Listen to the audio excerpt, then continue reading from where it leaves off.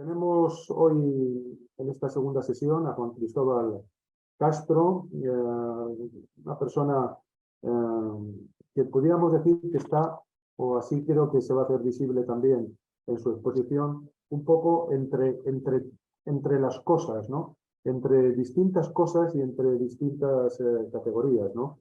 Es escritor, pero también crítico, es venezolano, pero vive en Chile, ha vivido en Colombia, está como viviendo en ese espacio de entre que hay entre los países latinoamericanos, entre las palabras, la filosofía, las imágenes, ¿no? Es profesor de la Pontificia Universidad Católica de Valparaíso, en Chile, y cursó sus estudios doctorales en la Universidad de California y su maestría en literatura comparada en la Universidad Central de Venezuela. Por eso decía yo que es una persona que desde el punto de vista de su formación y de la actividad que ha desarrollado después, parece que quiere estar un poco en ese espacio entre lo literario, lo filosófico, lo imaginario, etcétera, y creo que da un aporte interesantísimo, ¿no? A lo largo de este curso hemos visto cómo se han ido aportando distintos puntos de vista a El Dorado. Sergio Baú el primer día, por resumir de nuevo, nos hablaba del mito, Fernando Castro nos hablaba del fantasma, hoy Jens nos ha hablado del paisaje, ¿no? Como ese lugar que permite la posibilidad de ese extractivismo que luego desde una política ambiental puede ser en cierto modo puesto en crítica y en cuestión. Y hoy Juan Cristóbal, me imagino que nos va a hablar de ese espacio intermedio que hay entre la literatura y lo imaginario, donde se realizan las fantasías de extracción, ¿no? Que es también, obviamente, un espacio, por lo menos creo que algo de esto saldrá, de ruinas, ¿no? De ruinas incesantes. Bien.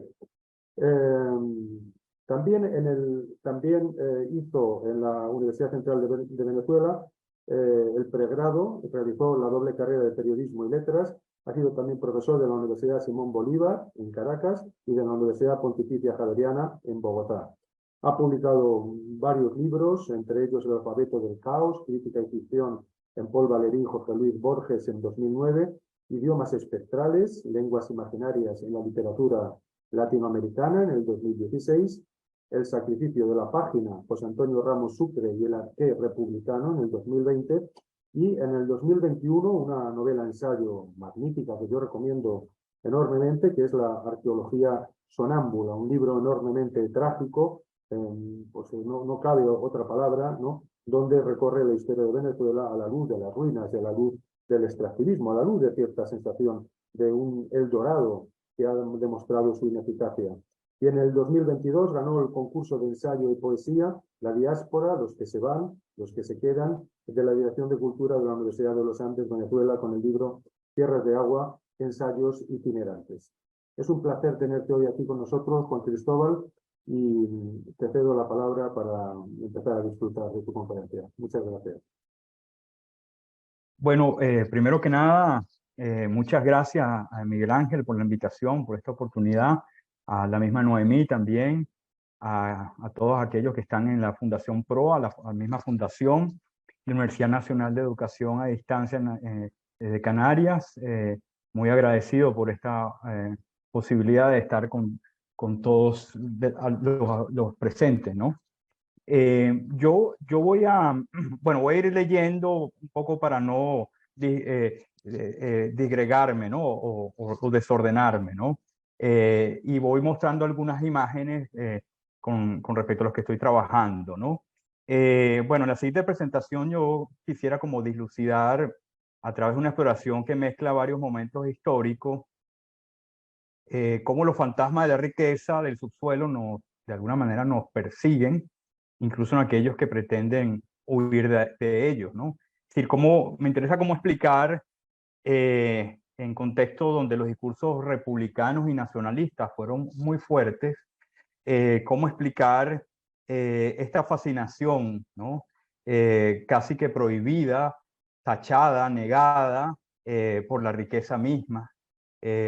Un poco a partir de las experiencias de lo que hemos vivido obviamente en Venezuela, pero me imagino que habrán otras historias en el continente, cada cual con sus particularidades y especificidades, ¿no? Yo propongo pensar esta contradictoria relación entre unos imaginarios nacionalistas profundamente vinculados a la idea del pueblo, a la idea del soberanismo de la tierra o soberanía de la tierra, y el peligro de cierta corrupción y fascinación por sus riquezas. Yo pretendo leerlo quizás una dimensión más inconsciente, ¿no? Porque por lo menos a lo largo de la historia de Venezuela se ha repetido mucho el mismo problema, ¿no? Entonces propongo detenerme en algunos artefactos culturales, ¿no? Sobre todo literatura, ¿no? Pero también algunos discursos que han estado trabajando la conformación de eso que llamamos los imaginarios de América Latina, destacando después algunos momentos de la historia petrolera venezolana que han servido para pensar la recurrencia de ciertos motivos, imágenes, figuras y escenas vinculados de manera directa o indirecta con el tema de estas clases, ¿no? Porque me parece que ellos develan la manera como se ha ido conformando la fantasía social y nacional de carácter rentístico en la modalidad de capitalismo de Estado, que por lo menos se dio en Venezuela y quizás en algunos otros países de Latinoamérica, ¿no? Estado monoproductor, ¿no? Como lo fue en mi país, pero que puede ser paradigmático si lo pensamos en otros estados, ¿no? Habría que ver las especificidades de las historias ahí, ¿no? Comienzo brevemente, y voy a pasar de imagen, comienzo brevemente con una escena que describe Theodore de Bry en el famoso grabado de 1599, cómo la nobleza de Guayana se cubría de oro cuando festejaba, ¿no? Allí vemos una imagen de opulencia reveladora en el que el oro aparece en exceso, derramándose sobre los cuerpos indígenas que tienen cierta visión inocente, ¿no? Quienes han bebido por 8, por lo que sabemos del momento de la referencia del cuadro, estos indígenas han estado bebiendo por 8 o 9 días y dentro de un ambiente festivo, carnavalesco, fuera de cualquier lógica de cálculo racional o moderación, ¿no? En una forma particular de desborde, ¿no? De ahí que una famosa investigadora, Charlotte Rogers, que tiene un libro que recomiendo que se llama Morning El Dorado, ¿no? Haciendo duelo El Dorado, ¿no? Diga de esta imagen que sea, cito, una imagen crítica del libertinaje nativo que, sin embargo, vela el deseo europeo de participar en los mismos comportamientos hedonistas. Cierro comillas, ¿no? No por casualidad, en pleno siglo XX y en pleno auge petrolero, en este caso me remito a Venezuela, pero iremos hablando de los elementos de Latinoamérica y de Venezuela, en pleno auge petrolero con el régimen de Juan Vicente Gómez, en la novela Cubagua, que vamos a trabajar más adelante, de Enrique Bernardo Núñez, el protagonista, quien ya antes había tomado junto al fantasmal Fray Dionisio el llamado elixir de Atabapo, una bebida de los indígenas considerada como un psicotrópico similar a la ayahuasca y que es calificada por el protagonista de la novela como fuente de riqueza, así la llama el protagonista, ¿no? Desciende en una escena de la novela, desciende a la catatumba de las ruinas de la isla abandonada, donde hay una galería, y bueno, aquí yo saqué una imagen, perdón, una imagen actual de algunos restos que quedan abajo en el mar, pero la isla sigue, pero estos son unas ruinas. En la escena de la novela, el protagonista desciende a las catatumbas de las ruinas de la isla abandonada, donde hay una galería con toda la plata de Paria, de oro de los Omeguas, de las riquezas de Guaramental, Chapachaurí y de los Cuarica. Y ahí consume, además de estar embriagado y embriagarse, de estar con estas sustancias, también consume polvo que ofrecían una concha de nácar y termina bailando con todos el famoso areíto, que era un baile nativo, ¿no? Esto en una novela de 1933, ¿no? La fiesta y la exposición del cuerpo junto con cierta idea de riqueza aparecerá en otra escena más tarde. Aquí yo agarré unas imágenes porque la película está en muy mal estado, ¿no? Se puede ver en YouTube, pero no es muy bueno el estado, ¿no? En los años 60, específicamente en 1967, la vemos en el primer cortometraje de ciencia ficción venezolano llamado FP1, cuando la democracia venezolana, en un momento histórico donde la democracia venezolana estaba buscando superar el modelo desarrollista del dictador Pérez Jiménez, en un modelo más regionalista, que no dejó de ser desarrollista también, que generaba, por cierto, las condiciones para la nacionalización de la industria poco después, durante el gobierno de Carlos Andrés Pérez en 1976. ¿No? El arquitecto y el llamado alquimista en este film, quienes se unen para la configuración de un proyecto utópico habitacional, ¿no? Que va a cambiar la manera de vivir, se entregan en un momento, en una escena, en una bacanal con la esposa del primero, ¿no? Comparten la misma esposa. Estas son escenas donde han bebido, han bailado, están celebrando el proyecto utópico, pero también la riqueza que eso generará. Y aquí en esta suerte de escena de oscuridad daimónica, una noche sensual y sobre todo en un espacio oscuro que no tiene signos referenciales claros, donde se suspenden o borran los deíticos cronológicos, ¿no? Pareciera estar debajo de la construcción del gran proyecto habitacional, jugando con la impresión o la posibilidad, quizás imposible también, o posible, de estar así cerca de lo profundo de la Tierra en sus extractos plutónicos, algo que remite a la idea del subsuelo minero petrolero.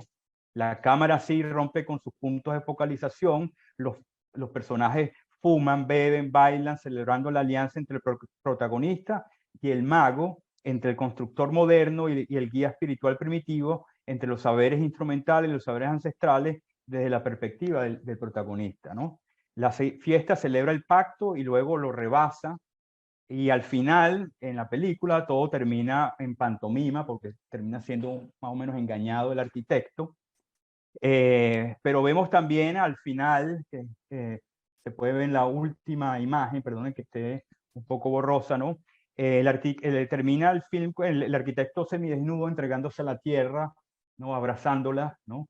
Un poco emulando ese deseo del cuerpo que hemos visto vinculado a las materias primas o al vinculado a la riqueza, ¿no? Entonces, tiempo después veremos también, esto es en 1968, la última escena es esta, una película del 2020, La Fortaleza. Aquí vamos a ver otro, otro momento de embriaguez, otro momento digamos que de locura, nocturno, de entrega también de cuerpo desnudo a la tierra, esta vez en un momento donde el modelo del nacionalismo revolucionario que hemos vivido en estos últimos 20 años entra en crisis, ¿no? Un modelo, digamos, que acabó un poco con la autonomía institucional labrada por la democracia y su nacionalismo civil, y una crisis que ha generado la mayor crisis de la historia republicana, ¿no? En el filme La Fortaleza vemos de Jorge Tillen el protagonista, que es un adicto blanco criollo, al estilo de Leizaga, del personaje de Cubagua, que fue la primera referencia que hice, decide salir de la ciudad de Caracas hacia el Amazonas para regenerarse de su vida fracasada, despilfarradora y dependiente. La misma noche donde se establece en la cabaña, un lugar que le pertenecía a su familia y que se encontraba en ruina, se emborracha como nunca y sufre un momento de delirio en donde se arroja desnudo al suelo para excavarlo. En ese acto termina de entregarse a él en cuerpo y alma, llenándose completamente de lodo, ¿no? Esta situación de éxtasis, donde la embriaguez se vincula con un deseo oculto de extraer algo de ese suelo, servirá de preámbulo para lo que va a ser después el personaje en la película, sobre todo cuando decide unirse poco después a estos arrebatos que tiene. Él decide unirse a un grupo de mineros ilegales y unirse a extraer oro de manera ilegal en Venezuela, como viene sucediendo en el arco minero en estos últimos años. Y hay varias investigaciones de la sociedad civil vienen mostrando el fenómeno de extractivista que está sucediendo allá, ¿no? En el arco minero, el oro del Orinoco y ganar dinero entonces fácil con ello, ¿no? Ese era el propósito final de este personaje. Entonces, si revisamos bien estas imágenes, más allá de las especificidades de cada material, vemos por un lado la fiesta y el derroche celebratorio, luego el cuerpo desnudo o expuesto, deseando además entregarse a la tierra o quizás a lo que hay debajo de ella, y finalmente cierto regreso a un estado de inocencia, felicidad, desinterés e infancia. De manera más perturbadora en los últimos casos, ¿no? Como tratando de replicar la escena primaria que vimos en el grabado, lo vi, pero de una manera ya desesperada, ¿no? Bajo otras condiciones, ¿no?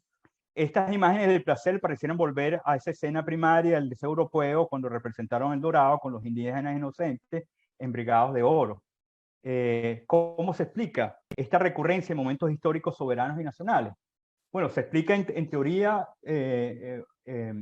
digamos, por la recurrencia también de muchos estados soberanos de anhelar, como sucedió con el nacionalismo revolucionario, de anhelar la posibilidad de una independencia, ¿no? Pero a la vez terminar en unas grandes contradicciones relacionadas con la explotación petrolera y con la explotación después de los minerales, ¿no?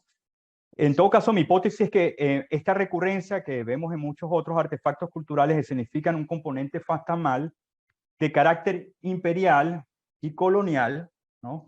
Que hay en la misma fantasía social nacionalista. Esa es una de las hipótesis que yo vengo trabajando. Que no se quiere aceptar, pues en cierta manera está vedado y muchas veces reprimido, por decirlo de una manera, y que solo en ciertas obras de arte, cine, literatura y otros artefactos culturales aparecen actuando, ¿no? Hablo de una figura paradigmática de las fuentes minerales del subsuelo que reviste potentes fuerzas libidinales, más allá de sus encarnaciones concretas, más allá de su mera especificidad material, ¿no? Perpetúa una dimensión fetichizada, ¿no? Que a veces no lo vemos, ¿no? Y que de alguna manera en un momento fue el oro, en otro momento fue la perla, y otro momento va a ser el petróleo, y otro momento va a ser otras minerías, ¿no? Y otras fuentes de minerales, perdón, ¿no? Propongo entonces ahora seguir algunos rastros en contrapunteo entre discursos latinoamericanos y discursos venezolanos, y me detengo a explorar la fuerza de un sueño colectivo y utópico muy dominante en América Latina. Y voy a partir con una anécdota de un sueño en 1881 recogido por un historiador de un humilde químico zuliano, Tomás Castilla, ¿no? En una mañana nebulosa de 1881, el químico zuliano Tomás Castilla, quien para ese entonces vivía en las regiones friolentas del Táchira, esto es al sur de Venezuela, ¿no? Esto es en la grita, perdón, esta es una imagen, no está muy buena, pero esta es una imagen de hace 15 años y fíjense que todavía tiene un carácter muy vinculado a una ciudad pequeña, ¿no? Bueno, un ciudadano de comienzo, finales del siglo XIX, justo cuando se estaba explotando una de las primeras minerías en Venezuela, tiene un sueño, ¿no? La pequeña población en la que residía La Grita estaba de improviso repleta de enormes calles asfaltadas, pomposas construcciones, vehículos modernos y veloces gracias a una compañía nacional que había comprado las minas de Seboruco, ¿no? Una compañía nacional compró las minas de Seboruco, ¿no? A partir de ese momento, el lugar dejó de ser un mero pueblo silvestre y se convirtió, como por efecto de un hechizo, en algo más cosmopolita e internacional. El científico no lo podía creer, le parecía irreal, como si estuviese en una máquina del tiempo que lo hubiese arrojado todo a un futuro, ¿no? El relato, en apariencia inocente e insignificante, nos dice algo relevante sobre los productos minerales e inorgánicos como el petróleo, el oro y las piedras preciosas, sobre todo en esa dimensión del fetiche, ¿no? Si nos fijamos bien, su escena onírica pone de relieve, por un lado, el interés cada vez más creciente por una zona del imaginario de la Tierra hasta ahora poco explorado, como es el del subsuelo o de la tierra no agrícola o no cultivable en ese aspecto, y por otro, de la seducción de la fortuna y el desarrollo industrial, visto, claro está, como sinónimo de progreso y, por supuesto, de civilización, ¿no? Simón Bolívar, desde desde un republicanismo más agrícola en su Carta de Jamaica, y en un paisaje muy concreto le reprocha a España solo considerar las entrañas de la tierra para excavar el oro, ¿no? Era un reproche en la Carta de Jamaica. La crítica insertaba a la vez una idea del paisaje americano de opulencia exótica y de deseo negado o tachado como impropio, que se vuelve a veces en una marca ambivalente, ciertamente detrás de significaciones teatralizadas que pretendían falsamente combatir lo marginal en exceso y que veremos perpetuarse en los discursos nacionales posteriores, ¿no? Quizás por eso vemos un traslado interesante a nivel retórico o discursivo, un traslado de la impropiedad a la propiedad auténtica, legítima de la soberanía republicana en el decreto que hiciera Simón Bolívar el 4 de octubre de 1829 en Quito, recogido en la Gaceta de Colombia del 13 de diciembre en Bogotá, donde el Libertador definía en uno de sus apartados esta extracción mineral como, cito, abro comillas, una de las principales fuentes de la riqueza pública, cierro comillas, ¿no? De modo que la riqueza ilegítima de los españoles, o del uso de la riqueza ilegítima, o el uso ilegítimo de la riqueza de los españoles, se volvía ahora legítimo en las recientes repúblicas, y en ese traslado e inversión se revelaba precisamente un deseo que ha sido característico de los nacionalismos, un deseo soterrado, negado, pero que termina de estructurar la fantasía soberana sobre la riqueza de las tierras nacionales, ¿no? Esta ilusión residirá, en términos lacanianos, en el deseo de que el pueblo, como esta representación de alegres nativos en el famoso grabado de Teodoro Tibrí, pudiese gozar, no solo se apropiase, ¿no?, de los recursos naturales, sino que pudiese gozar, como gozan los europeos o como gozan los nativos, de esos recursos, ¿no? Es decir, que no solamente el legítimo derecho soberano de tener esta propiedad, sino está el deseo oculto, negado, tachado de querer, de una jouissance, de querer obtener el placer que tuvieron los europeos o que tuvieron los nativos originales de esta riqueza, ¿no? Esta ilusión residirá, entonces es gozar de los beneficios de la explotación de los recursos naturales que el imperio, inicialmente España, pero después se va a perpetuar, ¿no?, en otras formas imperiales, Estados Unidos, y esto en los nacionalismos revolucionarios ya no va a ser ni siquiera Estados Unidos, sino además de Estados Unidos va a ser las burguesías nacionales también, ¿no? Que le quitaron, o sea, va a haber la imagen del el deseo como producto de un trauma, ¿no?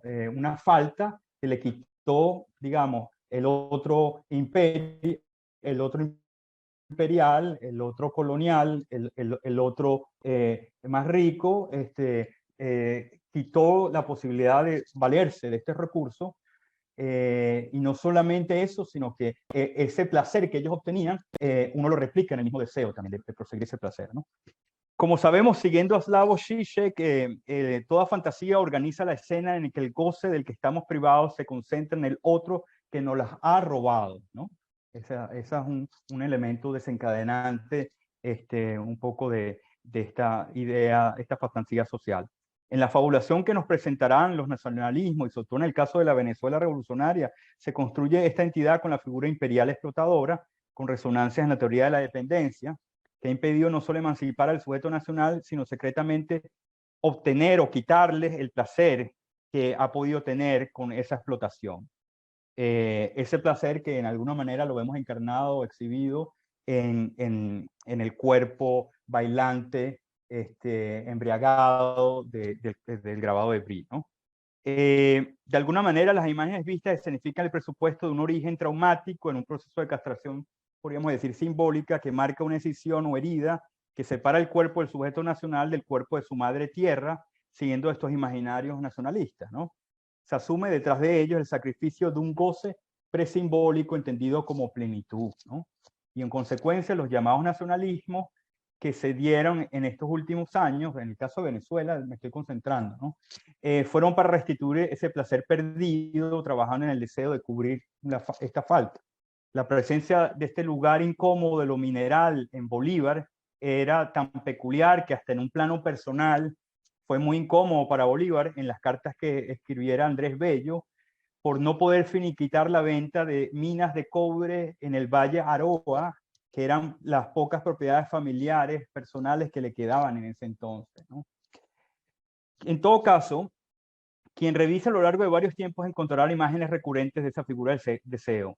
Precisamente el dorado, sabemos, es un referente relevante, y muchas de estas otras imágenes, hay muchas otras imágenes a lo largo de la historia nacional que he estado trabajando y que vuelven a estos imaginarios, y aparece el dorado con mucha frecuencia, con mucha recurrencia, ¿no? Precisamente el dorado fue un referente relevante, generando un despliegue de lenguajes imaginarios que se irán mezclando de distintos modos en los hábitos nacionales, en sus tradiciones orales y culturales. Sabemos, por otro lado, que las aspiraciones conquistadoras se entremezclaron junto al afán de riqueza a sustratos mesiánicos y anhelos geopolíticos, ¿no? Ya las clases anteriores han visto eso, ¿no? Hay muchos trabajos, pienso también otro trabajo que viejo de hace tiempo, de Alain Miló, Colón y su mentalidad mesiánica, que muestra así como el conquistador reúne ideas del ambiente franciscano español y las tradiciones milenaristas y mesiánicas, ¿no? Sabemos también la relación de la búsqueda, como ya lo han mostrado varios ponentes anteriormente, la búsqueda del paraíso con la búsqueda de oro, ¿no? Esos son elementos que reaparecerán posteriormente, ¿no? Sobre Venezuela, haciendo este contrapunteo, digamos, la parte que toca a Venezuela, se dieron muchas historias vinculadas al Dorado, ¿no? Ya en 1531, el conquistador Diego de Ordaz exploraría por primera vez el Orinoco, pensando que en sus fuentes estaría Manoa, ¿no? O grandiosas minas de oro, ¿no? Por su parte, Antonio Cedeño, quien fuera gobernador de la isla de Trinidad, buscó en el territorio nacional ese anhelado mineral. También se sabe que Walter Raleigh pasó por ahí. Obviamente Venezuela, al haber sido capitanía general del virreinato, estaba muy vinculado a todas estas historias, ¿no? Bueno, de igual modo, Jerónimo Hortal, junto con Alonso de Herrera, emprendieron una expedición para buscar de nuevo yacimientos de oro, ¿no? Tampoco hay que olvidar las historias de los alemanes Welser, que esa fue una comunidad muy importante que se dio de alemanes que estuvieron encargados también de colonizar parte de Venezuela, y inevitablemente muchas de ellos, o personas cercanas a ellos, también hicieron muchas expediciones en búsqueda del dorado, ¿no? Ambrosio Alfinger inició, por ejemplo, una expedición desde Coro para buscar oro en el interior de Venezuela. Por su parte, Jorge de Espira, designado por los Welser como gobernador de Venezuela, realizó otra búsqueda hacia las tierras sur del lago de Maracaibo, pensando que encontraría este mineral abundante. Entonces, digamos, un ejemplo, así como se ha visto Argentina, se ha visto Canarias, se ha visto otros países, ¿no? Cómo, digamos, el mito del dorado aparece. Bueno, también Venezuela, a partir de todas estas historias, ¿no? También tuvimos nuestra cuota mítica del dorado, ¿no? Incluso, bueno, sabemos la historia de Tirano Aguirre, que terminó en Venezuela y terminó bueno, cometiendo grandes actos de violencia, ¿no? Pero inicialmente fue una expedición para búsqueda del oro también, ¿no? Sin embargo, junto con el oro hubo otros minerales y piedras preciosas que tenían el mismo atractivo, el mismo poder fetichizador propio de la riqueza mineral, ¿no? En ese sentido, no hay que olvidar la historia de otros productos que no eran comestibles y que en cierta manera estaban también situadas en el subsuelo o cerca de sus profundidades de la tierra, ¿no? Hablo efectivamente de un caso concreto que es la perla, ¿no? Y la perla es muy importante, ya que fue pionero en el deseo extractivista de la corona española. Quizás Cubagua, que la novela Cubagua que cité anteriormente está basada en un hecho histórico que sucedió. Cubagua fue una isla perlífera, ¿no? Que en los primeros años de la conquista española atrajo a varias figuras, y por pocos años terminó acabando con toda la fuente perlífera en Cubagua, ¿no? Y después abandonaron la ciudad. Entonces, la novela Cubagua de Enrique Bernardo Núñez de 1933 está basada un poco en esa historia, ¿no?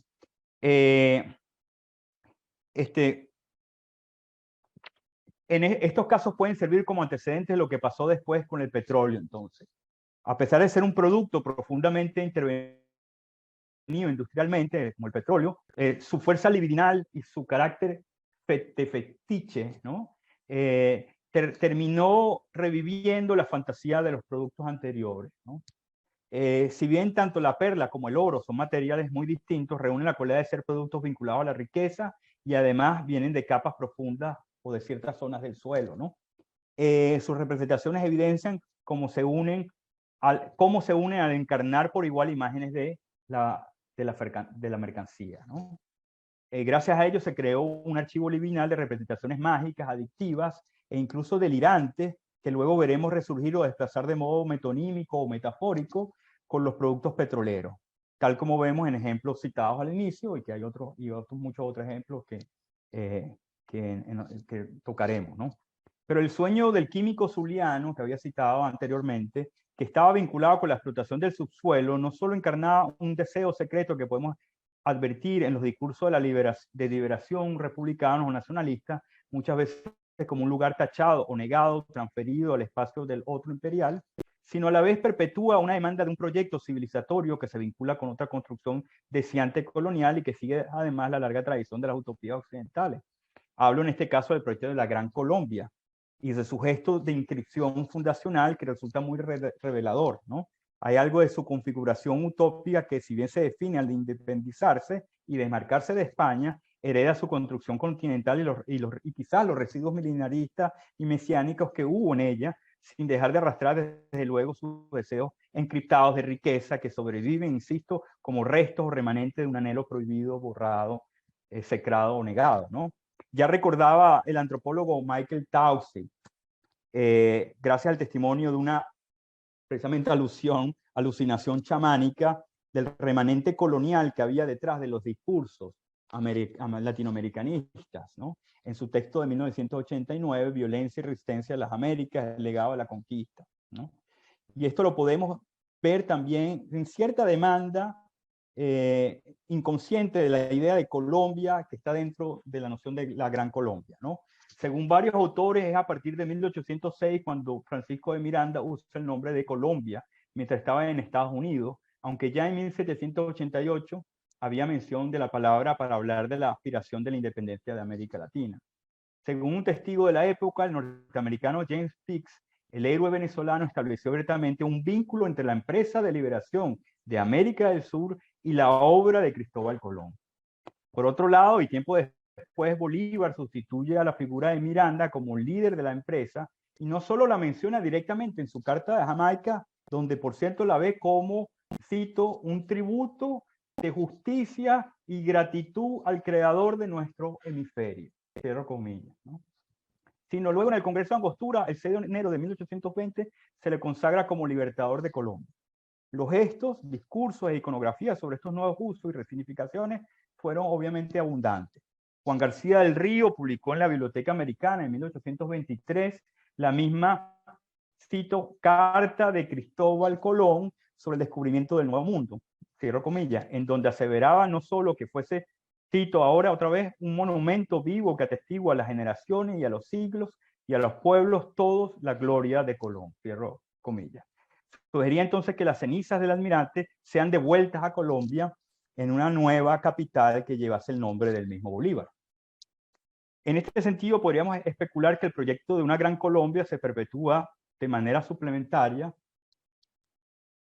no solo el deseo conquistador que movió a Colón, sino incluso su anhelo de riqueza. Esta conexión prohibida se revela tiempo después en una notable novela modernista colombiana, ¿no? Y aquí voy a... Déjame ver.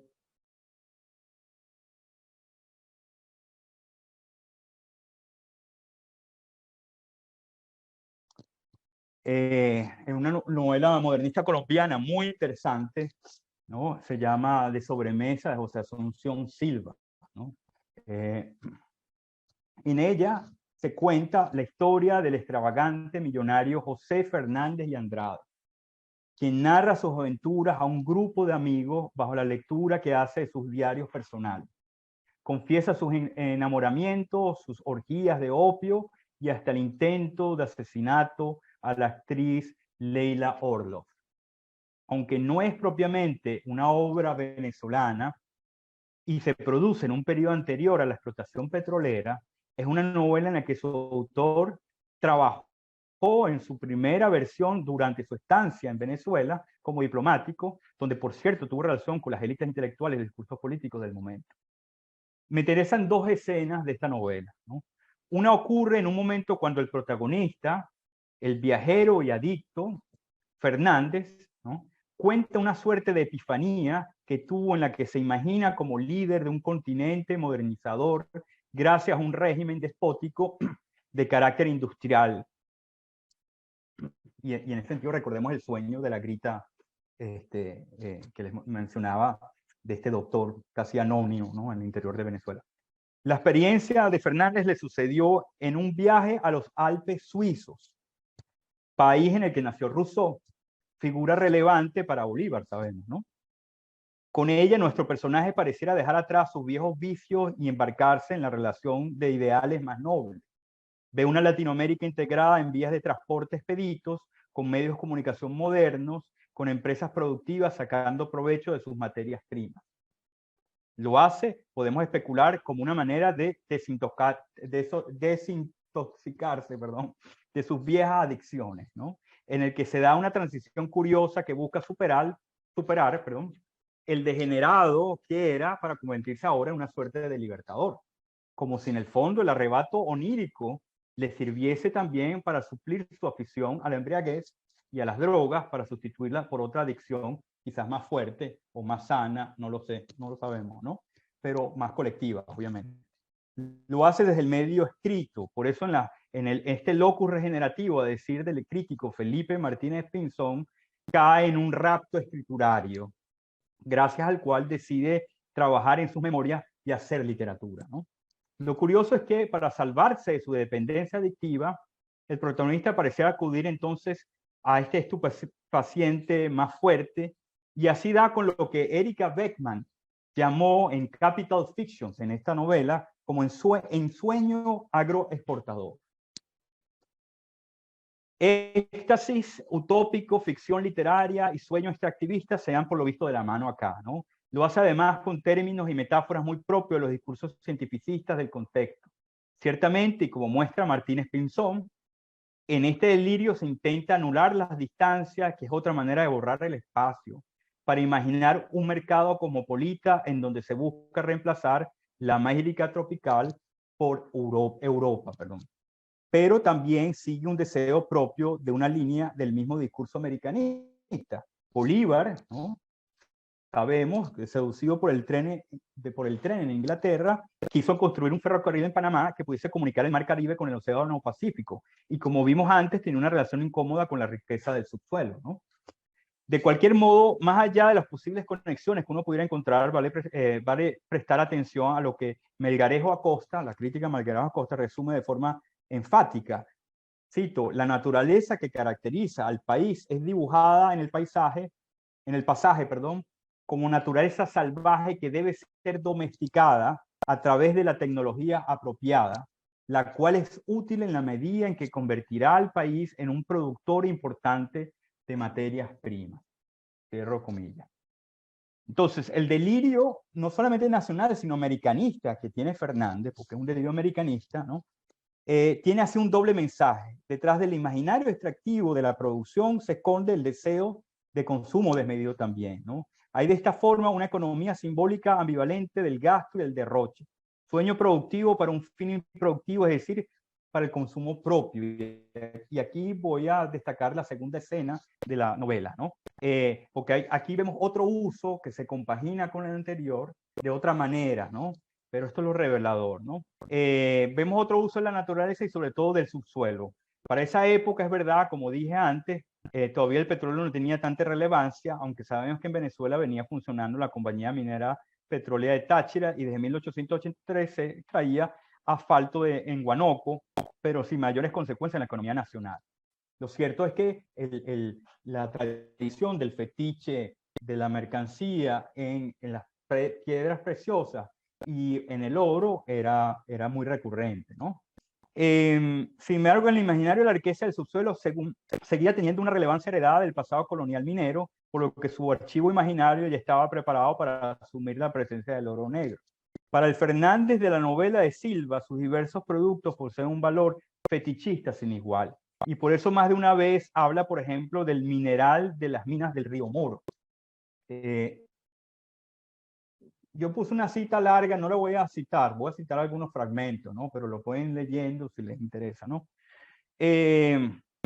La naturaleza es vista, al parecer ahora, por el protagonista desde otra dimensión, lo que en cierta manera reproduce los presupuestos anteriores desde lo que podemos llamar como mirada del coleccionista, saber de alguien que ve los objetos como parte de su propiedad privada, de su interés individual, ¿no? De hecho, el pasaje que me interesa comentar sucede precisamente cuando el protagonista se detiene a reflexionar sobre los misteriosos minerales más sólidos que el mármol, más duros que el metal, que durmieron por siglos enteros en las entrañas del planeta y por eso son delicia del ojo, símbolo y resumen de las riquezas humanas. Cierro comillas. Este es un pasaje, además, donde hay una extremada fascinación y goce del personaje, que muestra un gran goce en la descripción y en la relación con estos materiales, ¿no? De nuevo, el poder fantasioso de Fernández se explaya. Del diamante dirá que brilla como gota de luz. Del zafiro señalará que es un pedazo de cielo del trópico. Del rubí comentará que arde como una cristalización en la sangre. Y así cada elemento del fondo de la tierra adquirirá un valor metafórico. Perlas, gemas, diamantes, zafiros, esmeralda, ¿no? En un momento dice, oh piedras rutilantes, invulnerables y espléndidas, vividas gemas que durmisteis por largos siglos en las entrañas del planeta, delicia del ojo, símbolo y resumen de las riquezas humanas, ¿no? Afirma casi extasiado en un pasaje, ¿no? En este pasaje. La pasión por los misteriosos minerales son para él símbolos de la riqueza humana.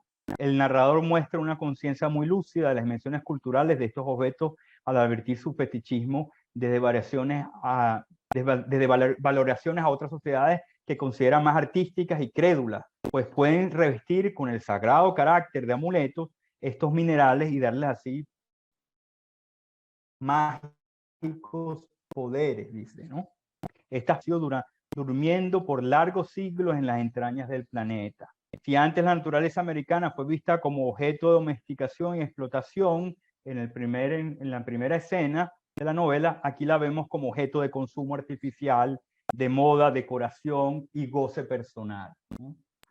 Hay así una transfiguración que descansa en dos deseos, en apariencia contradictorios, el de explotación, no sin una motivación nacionalista, ¿no? Latinoamericanista, y el de consumo personal, ¿no? Con un propósito más individual, ¿no? Privado. No hay que olvidar que se trata de frías piezas guardadas para la contemplación personal, para la exhibición familiar del protagonista. Pero hay que decirlo, que pareciera estar separados, se juntan en el mismo personaje, quien es un ex adicto que sueña ambas cosas, ¿no? Dicho de otro modo, y siguiendo la fantasía anterior, Fernández, quien sueña tomar el continente, sueña a su vez con la riqueza del subsuelo. La utopía regeneracionista de corte soberano comulga, del soberanismo nacional o continental, comulga a la vez con el deseo de la riqueza de la tierra de corte individual y personal. Todo esto se produce además en la escena de una lectura, como si la literatura fuese el recipiente ideal desde el cual pudiera brotar la relación escandalosa entre estas dos fantasías, y con ello pudiera revelarse esta atracción cautiva, este poder farmacológico y libidinal que tiene el fetiche del subsuelo, ¿no? Ok. ¿Se escucha bien? Hasta ahora se escucha bien. Sí, sí, se escucha bien. Ok. De esta forma se muestra el archivo imaginario a partir del cual se revisitará o quisiera revisitar ahora lo que muchos teóricos en Venezuela han llamado el estado mágico, que se podría pensar en algunos modelos de países latinoamericanos, obviamente no en todos, pero sirve como un paradigma para pensar algunos elementos, ¿no? Entonces quiero pensar esta visión, este concepto de estado mágico de la extracción petrolera venezolana, y ahora me concentro entonces más en el contexto venezolano, ¿no? Pero antes de avanzar aclaro varios puntos. Primero que nada, la conformación del capitalismo de Estado que tanto predominó en Venezuela, en la historia republicana venezolana, desde el siglo XIX hasta hoy en día, ¿no? O bueno, estos últimos años esto ha ido cambiando, ¿no? Exacerbándose como nunca en años atrás, ¿no? Fue algo predominante, ¿no? Han habido otros modelos de capitalismo, pero en Venezuela hemos tenido un modelo de capitalismo de Estado monoproductor, además, ¿no? Muy dependiente del petróleo. No hemos podido diversificar la economía y eso ha sido como un problema para muchos economistas y muchos políticos, ¿no? Casualmente, si revisamos bien la bibliografía, desde los estudios de Germán Carrera Damas, pasando por los trabajos de Tomás Estraca, los momentos de gran auge de dinero producto de la explotación petrolera fueron momentos donde hubo un gran culto al héroe, ¿no? Al héroe de Bolívar, ¿no? Hay un trabajo famoso de Germán Carrera Damas, El culto a Bolívar, en 1965, creo que, no, 68, creo que fue esa obra, donde él muestra que los momentos también dictatoriales que hemos tenido a lo largo de la historia se vinculan también con un culto exacerbado a la figura de Bolívar, pero también da la casualidad que también, incluso en la democracia, los momentos donde hubo más culto a Bolívar fueron momentos donde también hubo mayor auge petrolero, ¿no? Entonces, este modelo es importante porque para varios teóricos es un modelo rentista, de capitalismo rentista. ¿Qué significa el modelo de capitalismo rentista? Es un modelo de capitalismo que depende de las rentas, del excedente que genera el petróleo, ¿no? Y muchos de los países petroleros tienen el problema de tener ciertos momentos un excedente brutal, muy grande de dinero, ¿no? Por el mercado internacional, por la demanda del petróleo, de pronto tiene momentos históricos donde tiene un gran excedente de dinero, ¿no? Y muchos muestran que ese excedente, ¿no? Está en contraposición, ¿no? a su capacidad productiva. O sea, con poca capacidad productiva pueden tener mucho excedente, ¿no? Esto lo han dicho Fernando Coronil, lo ha dicho Adrúbal Batista, Bernard Momer, varios teóricos sobre el estado rentista. Lo segundo que debe decirse es su carácter, bueno, el carácter monoproductor, que es bueno aclarar. Y por otro lado, la relación con el Estado, ¿no? La relación al Estado, porque el modelo estatal de producción petrolera en Venezuela es muy distinto al mexicano, es muy distinto a otros países y más todavía al norteamericano. No voy a entrar en detalle, pero lo que quiero destacar son dos cosas importantes, ¿no? La noción de propiedad en Venezuela fue producto de dos tradiciones legales que comulgaron en algunos aspectos para entender esto, ¿no? La primera, derivada de la Revolución Francesa, sostenía que el dueño de un terreno tenía el derecho de explotarlo, aunque hacía la excepción con el subsuelo, que debía permanecer más bien a la nación, ¿no? O sea, que lo que venía del subsuelo era del Estado, ¿no? Por otro lado, la segunda tendencia se remontaba a la misma Europa medieval y sostenía que all land is held of the king, ¿no? En el caso de España y la colonia, lo vemos con la tradición de las leyes regalistas de Felipe II, ¿no? Todo ello generó una ambivalencia, a decir del crítico Adrúbal Batista, que llevó a un doble movimiento en el que se admitió, por una parte, el reconocimiento del derecho al libre uso de los recursos naturales de parte del capital y, por otro lado, la plena asunción del carácter nacional de dichos recursos en el sentido estricto de hacer recaer sobre la cabeza del Estado, en cuanto a personificación jurídica de la nación, la propiedad primigenia de dichos recursos. Esa ha sido una tradición a todo lo largo de la historia venezolana, ¿no? Entonces, la nacionalización que vino en 1976 no hacía sino radicalizar algo que ya venía sosteniéndose con las regalías y, digamos, el dominio y la mediación que tenía el Estado en ese uso de la riqueza, ¿no? Dicho esto, ahora me voy a detener en el primer periodo de extracción petrolera, en varias obras que se dieron al inicio de la extracción petrolera venezolana en las primeras décadas del siglo XX, ¿no? Es un momento donde Venezuela empezó a depender de esta renta, antes era agrícola y ahora empezó a depender del petróleo. Y me voy a detener en un poema, ¿no? Hubo mucha literatura sobre el petróleo, muy referencial, que hablaba cuando llegaron los empresarios, cuando hicieron los pozos, ¿no? Pero yo me voy a detener en unas obras que están trabajando el fetiche y vamos a vincularlo con el tema de estas clases, ¿no?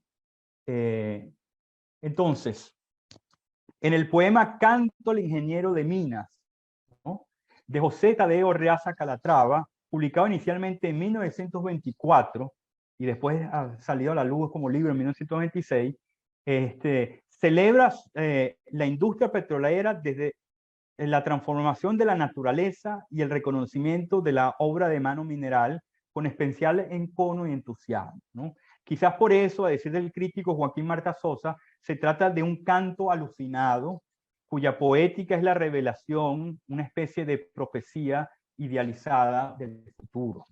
Dos vivencias han podido ser en extremos significativas para Calatrava a la hora de escribir este curioso trabajo poético. Una de ellas fue su amistad con el ingeniero petrolero Harry Schumacher, a quien dedica el poema, y otra fue el litigio en donde participó como abogado sobre derechos de minería, hecho que según el mismo Marta Sosa le hicieron tomar conciencia de la potencia de las nuevas realidades de la explotación del mineral. En el poema se cuenta en forma de canto las nuevas condiciones de trabajo del capitalismo extractivo. A diferencia de la fijeza y trascendencia que tiene el objeto natural, los paisajes de la tierra dentro de ciertos imaginarios republicanos, aquí se va desolidificando su contundencia, la contundencia de estos materiales, desvaneciendo su presencia, desmaterializando su esencia en redes de transmisión e intercambio. Se convierte así en energía inmaterial bajo componentes trashumantes, ¿no? O material y inmaterial, ¿no? Están las dos, ¿no? De igual modo, a contracorriente de la obsesión por el espacio campestre de los discursos fundacionales, vemos aquí la ciudad, la metrópolis, bajo una apología delirante de un centro cosmopolita transnacional. Es, como se llama en el poema, una cosmópolis. Él habla, el poema en otros extractos habla de una cosmópolis, ¿no? Es con eléctricas corrientes que transmiten la vibración de nervios, siguiendo una jerga claramente vanguardista, ¿no?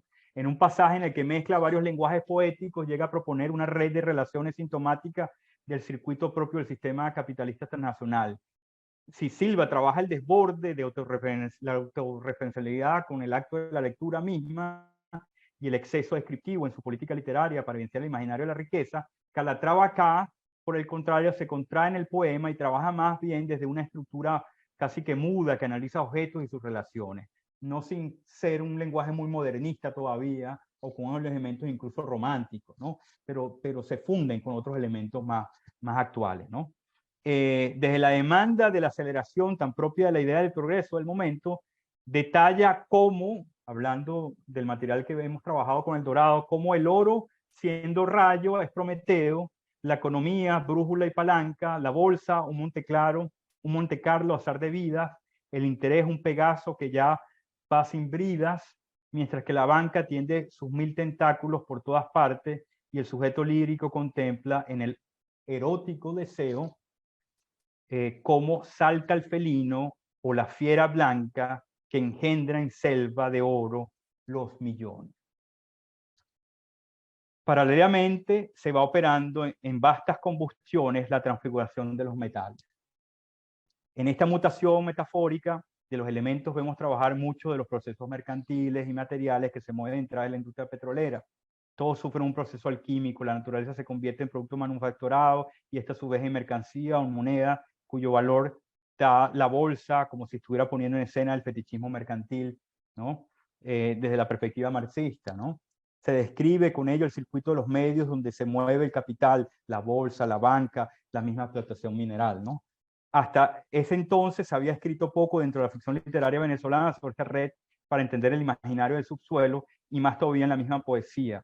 La referencia a la cultura de la antigüedad y sus dioses míticos, un recurso usado por el lenguaje republicano, se hace ahora para describir ya no las acciones de los héroes de la independencia, sino para evidenciar los procesos de esta alquimia económica tan cercana a la transmutación de la mercancía que Marx describiera, por no hablar del contagio fetichista, del estado mágico que trabajaría Michael Taussig, un importante antropólogo que visitó Venezuela en los años, finales de los años 80, ¿no?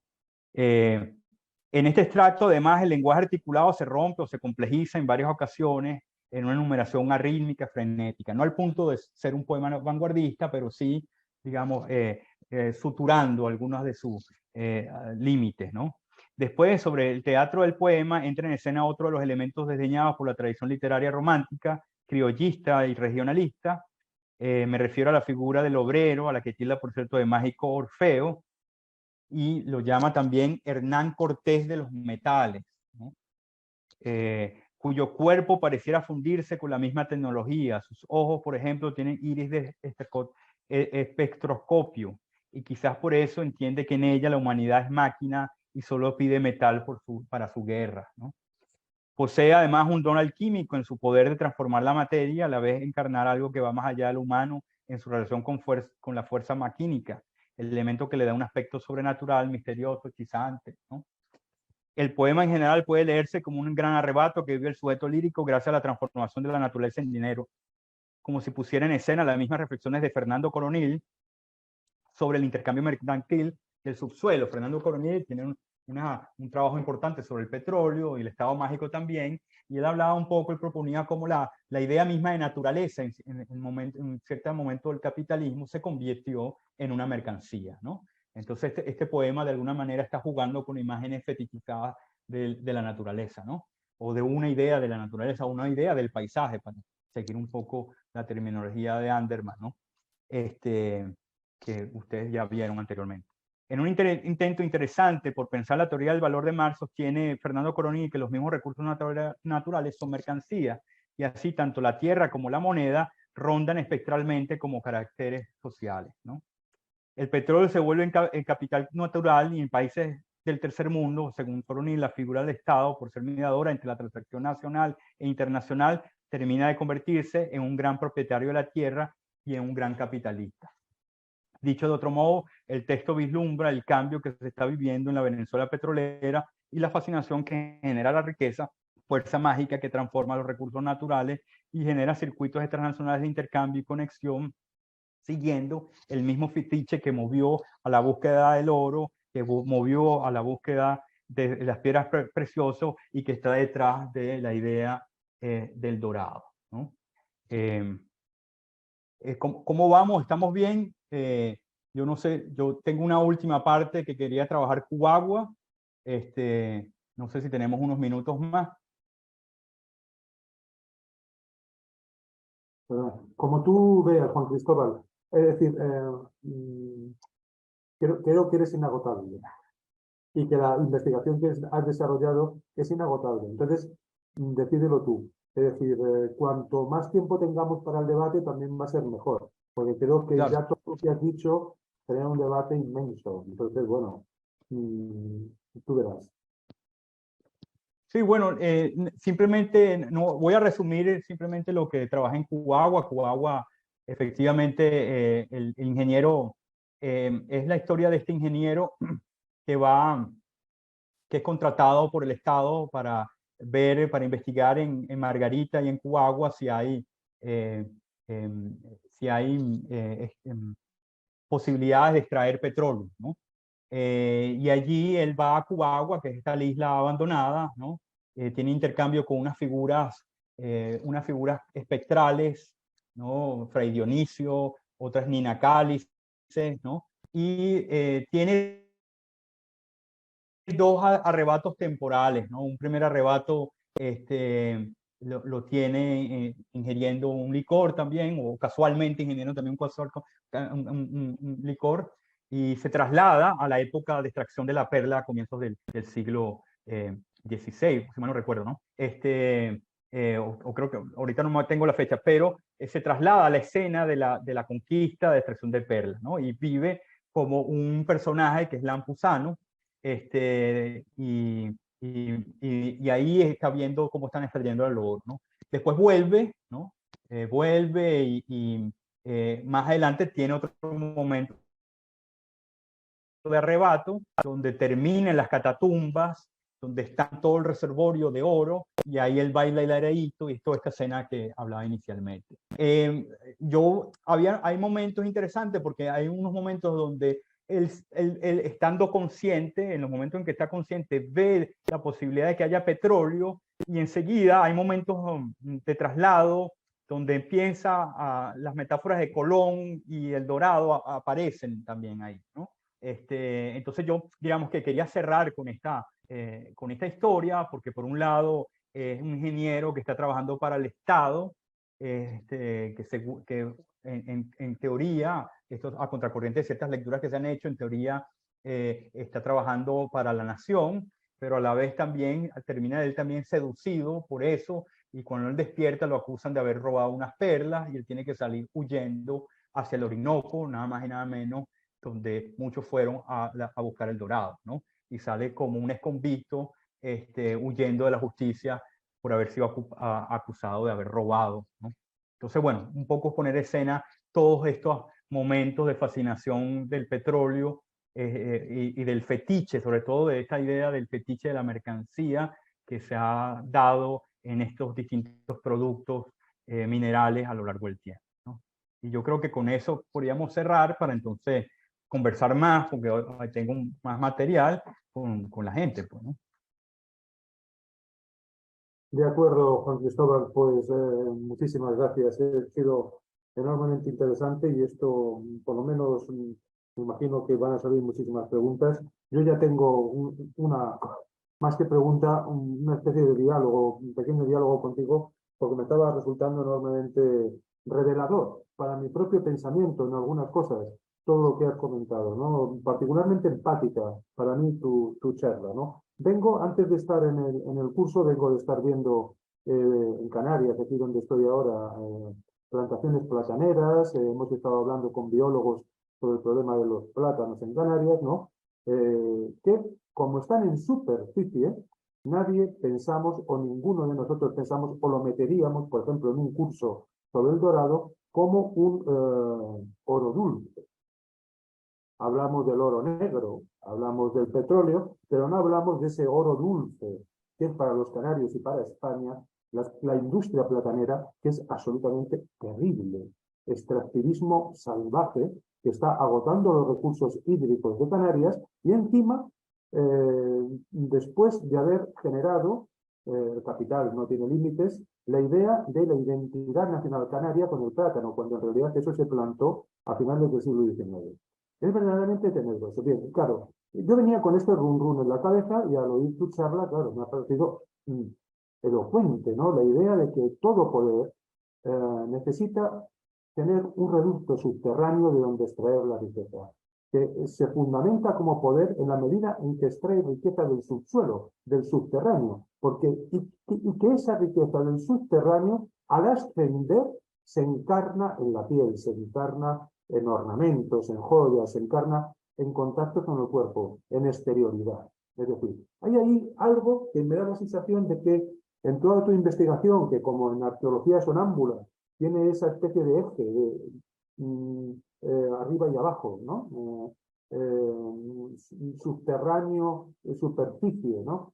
Ese continuo axis mundi, pudiéramos decir, que intentar cartografiar el axis mundi del capital, por decirlo de alguna manera, a la búsqueda de esa especie que es algo que te obsesiona en tu casi particular errancia fuera de Venezuela, me da la sensación de que a la búsqueda de esa fantasía subterránea del capital, de esa fantasía subterránea ese fetiche del subsuelo, como tú mismo has dicho en varias ocasiones a lo largo de la charla, nos has demostrado, nos has puesto delante de los ojos algo más que las fantasías soberanas de algunos países americanos, si nos has puesto delante de los ojos las fantasías soberanas con las que funciona todo el poder, que necesita esa especie de axis mundi, donde hay un subterráneo donde se acumulan las riquezas, que se transfiguran luego en piel, en superficie. Y eso es un resultado enormemente revelador, porque casi que pudiéramos hacer una relectura,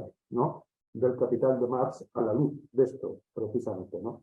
Es enormemente revelador. O sea, yo estoy fascinado, ¿no?, verdaderamente con eso. Lo que has dicho, es decir, cuando has analizado dos textos, el de José Asunción Silva o la carta al ingeniero de Minas, pero es que la carta al ingeniero de Minas es que es demoledor, pero es que la frase de el texto de José Asunción Silva, por haber dormido en las entrañas de la tierra, son delicias de los ojos. Es que, es que, vamos, casi de un plumazo se explica la naturaleza del poder ahí y la fascinación que ejercen las imágenes, ¿no? Bien, Alberti, por volver otra vez a lo que estábamos diciendo, en el de Pintura en 1435, da una recomendación a los artistas donde les dice: pintores, tenéis que saber que es mucho más útil, no, perdón, mucho más rico y mucho mejor fingir el oro con pintura que representar el oro en láminas de oro en la superficie del cuadro. Eso es una cosa que yo les cuento siempre a mis alumnos para empezar a hablar del Renacimiento. Lo falso, el simulacro, el dorado, en el sentido de simulacro, es mucho mejor que el oro. ¿Por qué? Porque se ha producido ese axis mundi que nos has puesto tú delante de los ojos hoy. La idea de que hay una materia, ¿no?, que yo transfiguro, que hago ascender desde abajo hasta arriba. Porque en ese proceso de ascender la materia desde el subterráneo hasta arriba, hay una intermediación técnica, que es lo que dice Alberti. ¿Por qué es más valioso representar el oro? Porque el pincel lo finge. Es decir, porque hay una técnica que transfigura la materia.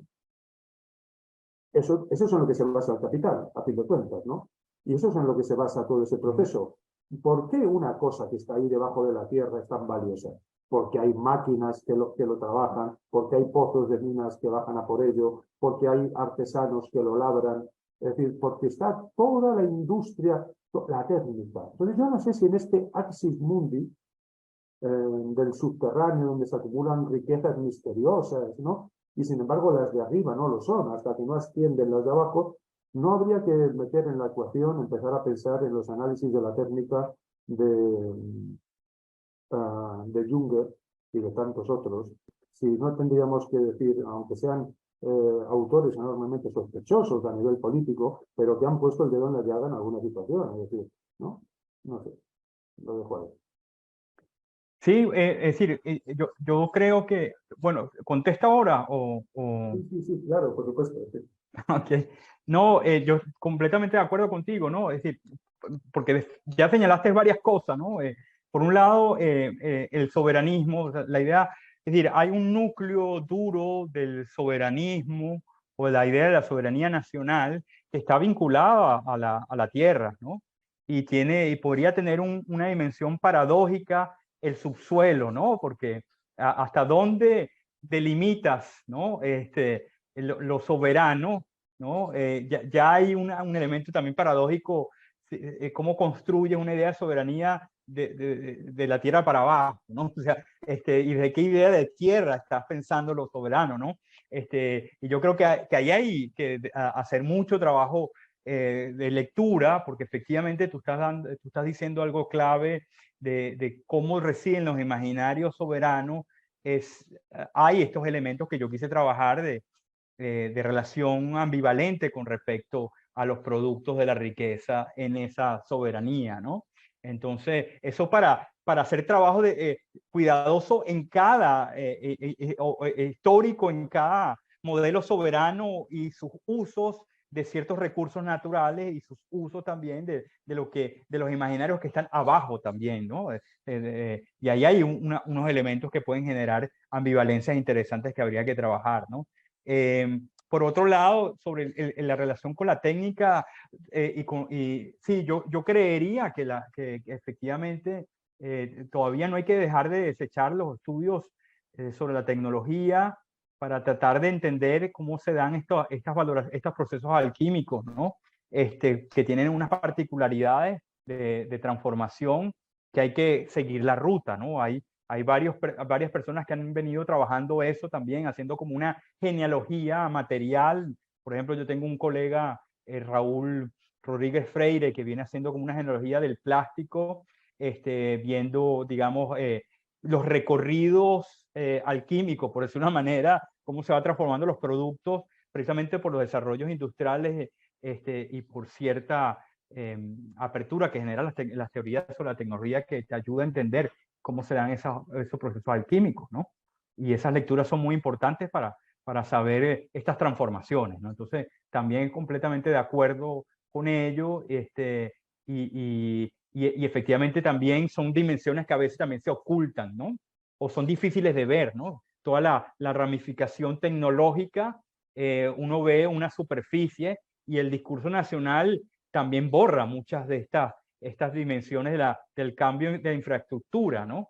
Y en ese sentido muchos estudios recientes están como tratando de desnudar estas infraestructuras tecnológicas que también cuestionan el soberanismo porque están interconectadas, ¿no? Y también yo creo que hoy en día tenemos que repensar las ideas del soberanismo para atacar precisamente el extractivismo, ¿no? El extractivismo tiene que ser atacado también con leyes internacionales, no solamente leyes nacionales también, ¿no? Y hay ciertas ideas de soberanía que está restringiendo esas posibilidades y esas posibilidades de ser visible también, la manera como se está extrayendo las materias y los peligros que eso puede generar, ¿no?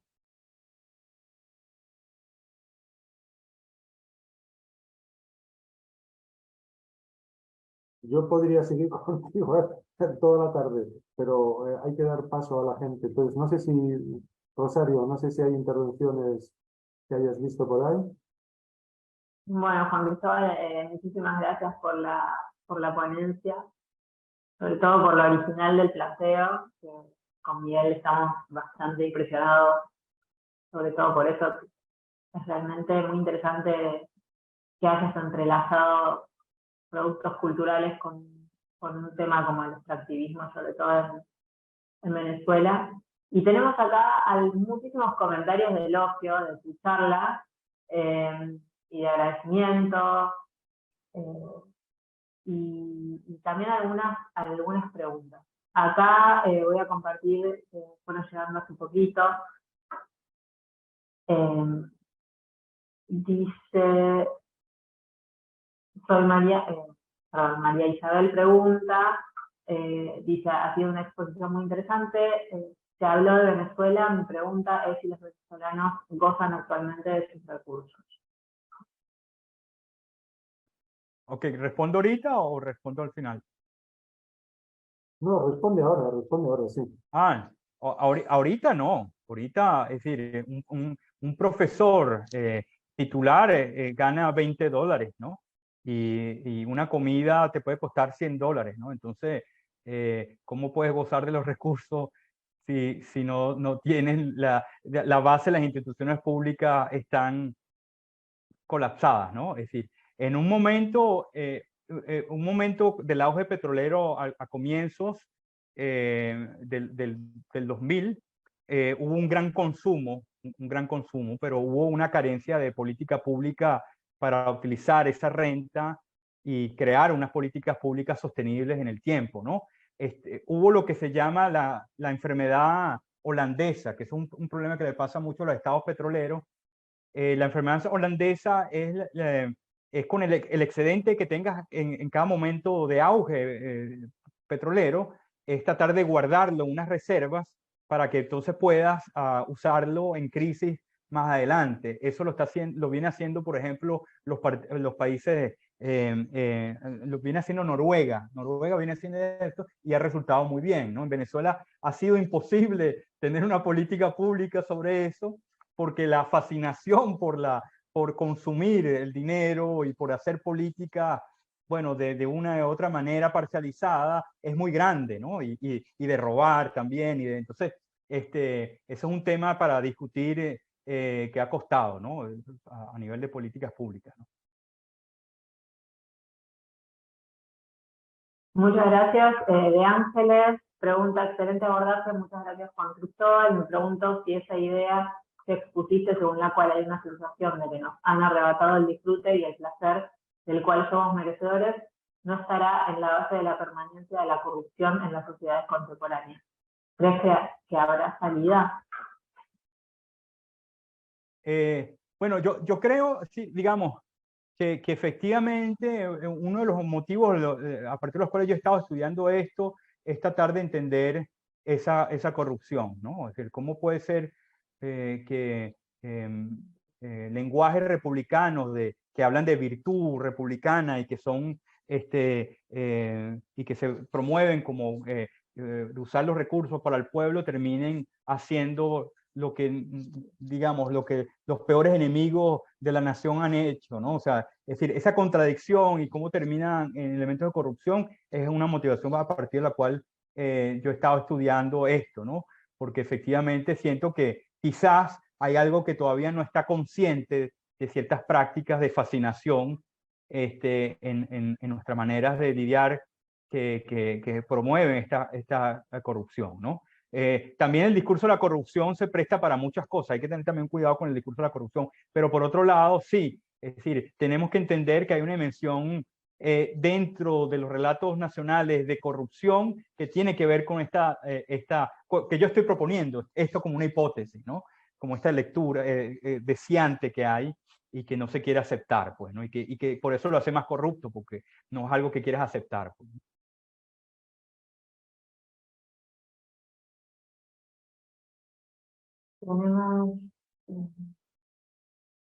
Mientras se hacen preguntas, quería volver a insistir un poco, Juan Cristóbal, en esta idea de que finalmente nos has presentado la posibilidad de ver que el dorado está en el submundo, ¿no? Ya no digo en el subsuelo, ya no digo en el subsuelo, sino en el submundo, ¿no? Porque finalmente ese subsuelo ya no solamente es materia, sino un extraño lugar donde la materia y el imaginario de la materia y el imaginario del mundo se mezclan y estamos en el submundo, es decir, obviamente, ¿no? Y cómo finalmente todo este extractivismo brutal del que hacen gala los estados acaba finalmente produciendo extracciones de ese submundo, ¿no? Voluntarias y no voluntarias. Porque finalmente ya la máquina de extracción del submundo está en marcha, ¿no? Y cuando digo no voluntarias me refiero a lo que está pasando ahora con la desaparición del permafrost, ¿no? Que está haciendo emerger a la superficie una cantidad tal de metano por todo lo que hay ahí acumulado y de carbono que directamente deja todos los análisis que estamos haciendo, que hemos hecho sobre la huella de carbono, cómo controlar la sostenibilidad del planeta mediante la huella de carbono, directamente a la basura. Ya los podemos ir tirando. Esto ya, es decir, se está deshaciendo el permafrost, todas las plantas, animales que están ahí congelados debajo de eso, que estaban sellados por el permafrost, están emergiendo a la superficie y esto se va directamente cualquier cálculo sobre la posibilidad de controlar el capitalismo es absolutamente imposible. Son millones y millones de metros cúbicos de carbono los que están emergiendo y van a emerger, ¿no? Sí, bueno, y me gusta que estés tematizando la idea del submundo, ¿no? Efectivamente, tendría que ir por ahí, ¿no? Esa dimensión que está y no está, pues, ¿no? Y que estaría abajo o en otro lugar, ¿no? Y que efectivamente invisibilizamos, pero a partir del cual se está dando estas dimensiones que tiene que ver un poco digamos, sería como un inconsciente global, pues, ¿no? Es decir, como una dimensión inconsciente que de alguna manera reprimimos, negamos, y que efectivamente está cometiendo muchas cosas, ¿no? Y que también hay que aceptar que hay que lidiar con ella, como uno lidia con el inconsciente, hay que lidiar y ver cómo manejarlo, ¿no? Es decir, porque también hay que tener cuidado con los discursos que se ponen desde un lugar fuera de la historia de una manera muy radical y que quedamos en la simple condenación, ¿no? Es decir, en el simple lugar del apocalipsis, ¿no? Aunque claro, hay muchos ecologistas que están trabajando la idea del apocalipsis como forma de hacer comunidad nueva, esas son cosas que hay que pensar, ¿no? Pero me gusta la idea del submundo como una forma de localizar estas dimensiones destructivas, estas zonas de sombra desde las cuales se están dando los elementos extractivistas, ¿no? Acá Patricia pregunta qué contradicción enorme entre la riqueza petrolera y los recursos minerales y el oro con el caos político de la pobreza y los millones de emigrantes de Venezuela. ¿Cómo ves estos fenómenos de abandonar el suelo, el territorio, supongo que será? Sí, bueno, es un poco siguiendo la pregunta anterior, ¿no? Es un poco entender ese fracaso, por decirlo, o sea, ese fracaso de un proyecto que se vendió, porque incluso se vendió, el nacionalismo revolucionario vino a sembrar el petróleo, siguiendo una frase de un importante político venezolano, intelectual venezolano que se llama Arturo Uslar Pietri, pero lo usaba en otro sentido, ¿no? Pero el nacionalismo revolucionario vino a sembrar el petróleo, ¿no? Incluso venía con un discurso no solamente republicano de no corromperse frente al petróleo, sino también venía con un discurso hasta ecologista, ¿no? Es decir, que pretendía, digamos, salir del petróleo en algún momento, ¿no? Entonces, ¿cómo ese discurso que caló tan hondamente, tanto en el país como fuera del país, terminó en lo que en lo que estamos viendo, ¿no? O sea, más de 7 millones de venezolanos viviendo como migrantes, los profesores y los maestros recibiendo un sueldo eso de $15 o $20, una situación de desigualdad absoluta, más allá de las contingencias políticas, ¿no? Es decir, hay que repensar que algo hay con los discursos, con cierto discurso y ciertas tradiciones nacionalistas que no están resueltas y que tenemos la obligación de repensar, ¿no? Sobre todo aquellos que pensamos todavía en la necesidad de tener instituciones públicas y que defendemos eso y que tenemos ciertas agendas civiles importantes de defensa de la democracia, tenemos que entender qué es lo que está pasando en ciertos discursos de nacionalismo, ¿no? Que termina en eso, independiente de sea conservador o sea no conservador, ¿no? Es decir, son cosas para trabajar con cuidado. Entonces, efectivamente, ese es el motivo que me llevó a este análisis especulativo, pues, ¿no? Tratar de entender eso, ¿no? Un poco, perdona, Rosario, en esa misma línea creo que no habías leído, a lo mejor me he equivocado. Patricia, en esa misma línea que estás diciendo, Juan Cristóbal, Patricia decía qué contradicción enorme que entre la riqueza petrolera, esa extracción de minerales, de ese subsuelo, de ese submundo, y que todo eso finalmente acabe en los fenómenos de abandonar el suelo, ¿no? Que la explotación del subsuelo. Sí, es la pregunta que leímos antes de que él respondiera. Así que ya estaba incluida.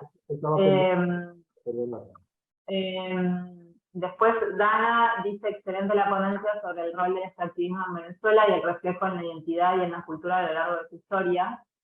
¿Cómo se articula el desarrollo y la evolución económica y social en relación a los productos de explotación económica?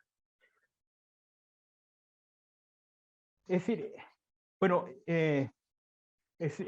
claro, yo creo que hay que hacer trabajo más cuidadoso, obviamente, de la relación, de la intersección, digamos, de los poderes del capital, los estados, el neoliberalismo, ¿no? Y historizarlos bien para ver, digamos, cómo se establecen formas de poder y de complicidad, ¿no? Y yo creo que, claro, Latinoamérica pasó por varias etapas. Latinoamérica tuvo una etapa muy fuerte, en el caso de los estados, el modelo desarrollista ha sido muy imponente y de alguna manera nos ha costado salir del imaginario desarrollista, ¿no? Y yo creo que en eso hay que tomar en cuenta la historia de las explotaciones, porque es decir, si nos quedamos en la teoría de la dependencia, siempre vamos a ver solamente un modelo binario, ¿no? Victimario, ¿no? Pero si empezamos a darnos cuenta que hay un ensamblaje de varios actores, ¿no?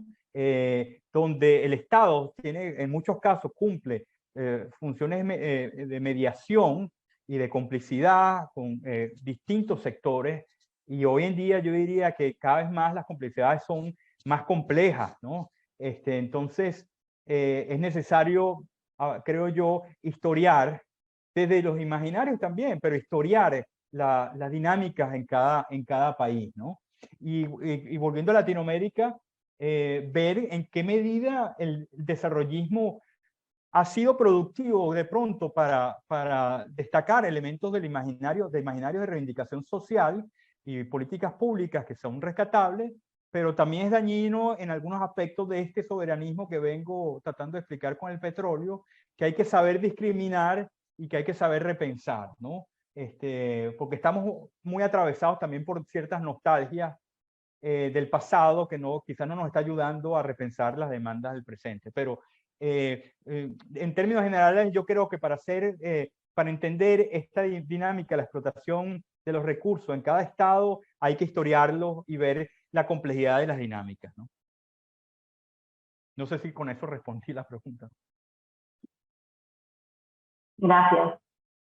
Y de Beatriz, hola, gracias por la presentación. Estos imaginarios del trabajo del subsuelo asociados al progreso, perdón, del abajo del subsuelo asociados al progreso o a la técnica vinculados a ciertas ilusiones de progreso, ¿crees que también se podría pensar esa pulsión ilusionante o sublime como una continuación del cuerpo en el subsuelo, como una especie de pulsión soberana, y en ese sentido a la vez también como una tendencia objetualizante del cuerpo mismo, y en ese sentido como un asunto biopolítico?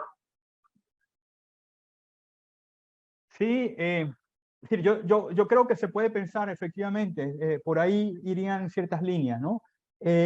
Ahí habría que hacer, si queremos hilar fino, si vamos a utilizar el concepto de biopolítica, hay que hilar fino porque, digamos, si vamos con la lectura que hace Agamben deja de lado mucho cierta idea de la soberanía, y claro, y tanto Agamben como Foucault están concentrados mucho en Europa también, ¿no? Entonces habría que historiar en qué lugar, si es África o Latinoamérica. El concepto de necropolítica se ha trabajado mucho en África, ¿no?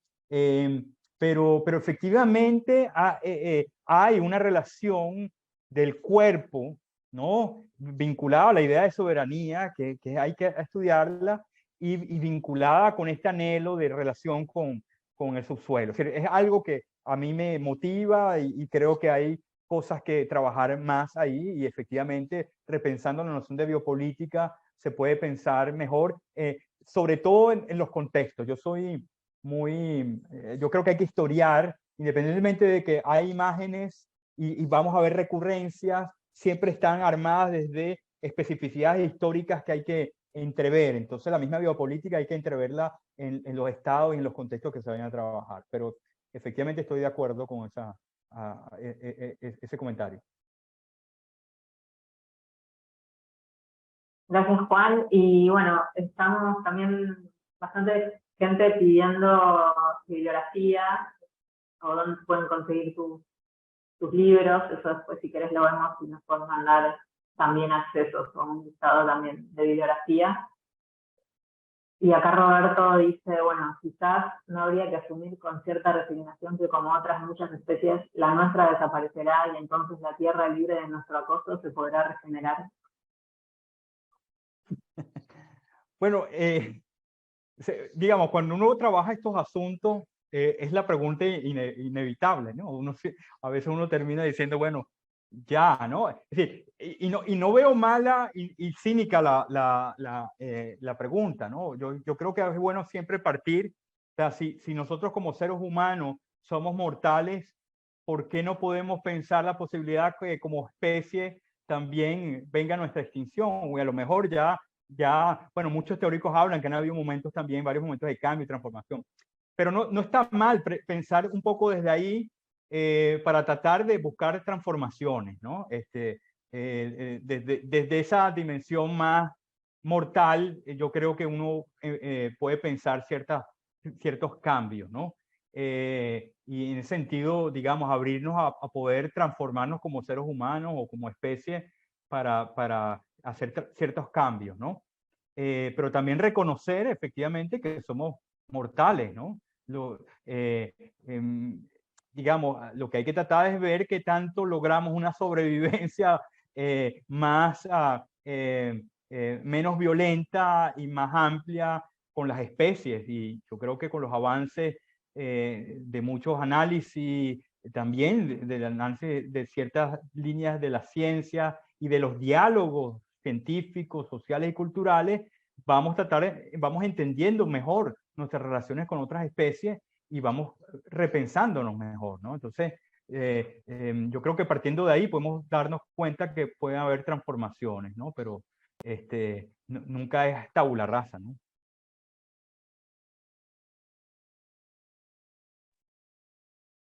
Bueno, no tenemos más preguntas, así que si les parece... Ah, no, acá acaba de llegar un comentario más. Bueno, Gabriela.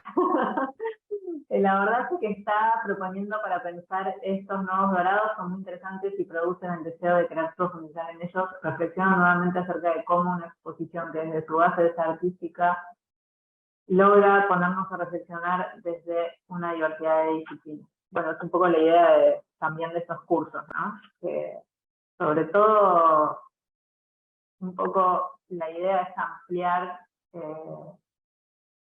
los abordajes curatoriales de las exhibiciones. Recordemos que este curso está realizado en el contexto de una exhibición que tiene un enfoque curatorial particular y justo este módulo viene a ampliarlo porque la muestra no habla de forma deliberada sobre el tema del extractivismo. Con lo cual, desde programas públicos nos parece muy importante no tener una postura centrada en la exhibición, sino más bien usar la exhibición como una especie de excusa para abrir a otros temas y a otras problemáticas. Y dentro de esas, indudablemente, si hablamos del dorado, el extractivismo tiene que estar, con lo cual se le ha dado un protagonismo bastante grande a este tema dentro del curso con 3 clases, ¿no? Mañana vamos a tener la última clase del seminario a cargo de Walter Piñolo. Así que bueno, agradecemos a todos y a todas por haber participado, a Juan Cristóbal por este abordaje que nos iluminó sobre este tema. Agradecemos muchísimo tu participación, Juan Cristóbal, sobre todo teniendo en cuenta que estás hablando de un tema que además, bueno, lo vivís de cerca, ¿no? Por si estás hablando de algo que ocurre, vale la redundancia, en tu territorio. Entonces, desde el sur, digo, nos parece importante que se generen este tipo de pensamientos y que los puedas compartir. Miguel, no sé si querés decir algo más. Juan Cristóbal, igual también te damos la palabra. Bueno, yo darte las gracias una vez más, Juan Cristóbal. Espero que esto sea el inicio de muchas más conversaciones contigo. Me encantaría. Particularmente tenemos en mente estas cosas sobre ruinas y demás, ¿no? Vuelvo a repetirlo a todo el mundo. Recomiendo muy vivamente el libro de Arqueología sonámbula de Juan Cristóbal, que os va a fascinar, ¿no? Dar las gracias al equipo de proa, a Rosario, a Noemí, a Mario, que está por ahí siempre de forma tan discreta en medios técnicos, y por supuesto a todos los participantes que desde luego estáis haciendo de este curso, yo creo que uno de los más apasionantes de los que hemos hecho entre UNED y proa, ¿no? Está siendo, yo estoy contentísimo, con un nivel extraordinario. Se están abriendo muchos planteamientos distintos. Hoy hemos empezado a ver cómo el dorado también reside en ese submundo, en ese subsuelo, ¿no? Y se están haciendo aportaciones verdaderamente interesantísimas, ¿no? Así que muchas gracias a todos y nos vemos mañana. Bueno, yo quiero darle las gracias antes también de despedirme. Miguel Ángel, muchísimas gracias. Seguiremos en conversación. Rosario, muchísimas gracias. Al grupo técnico también, a la Fundación PROA, digamos, la Universidad de Canarias. Es decir, muy agradecido por el evento, la iniciativa, me pareció excelente lo que han ido organizando. Yo no pude estar en muchas de las exposiciones, pero otras las pude ver y de verdad me parece que se acopla todo perfectamente y abre muchas discusiones para un tema que da para mucho más, ¿no? Y muchas gracias al público, de verdad, encantado, es decir, con la Argentina, bueno, cuando tenga la oportunidad, cuando tenga el pasaporte, iré a Argentina pronto, porque tengo muchos amigos allá y obviamente también a España, a Canarias en algún momento. Y bueno, y el libro Arqueología Sonámbula por el momento está en Amazon, para los que quieren estar interesados, ¿no? Y bueno, estaremos en contacto, muy agradecido. Yo quedé muy contento con toda la dinámica que han organizado. Gracias, Juan Cristóbal. Pues nada, nos vemos mañana con la última clase que promete ser también apasionante, con una figura también tan importante como es Walter Miñolo, lo cual vamos a disfrutar. ¿De acuerdo? Nos vemos mañana. Bueno, gracias.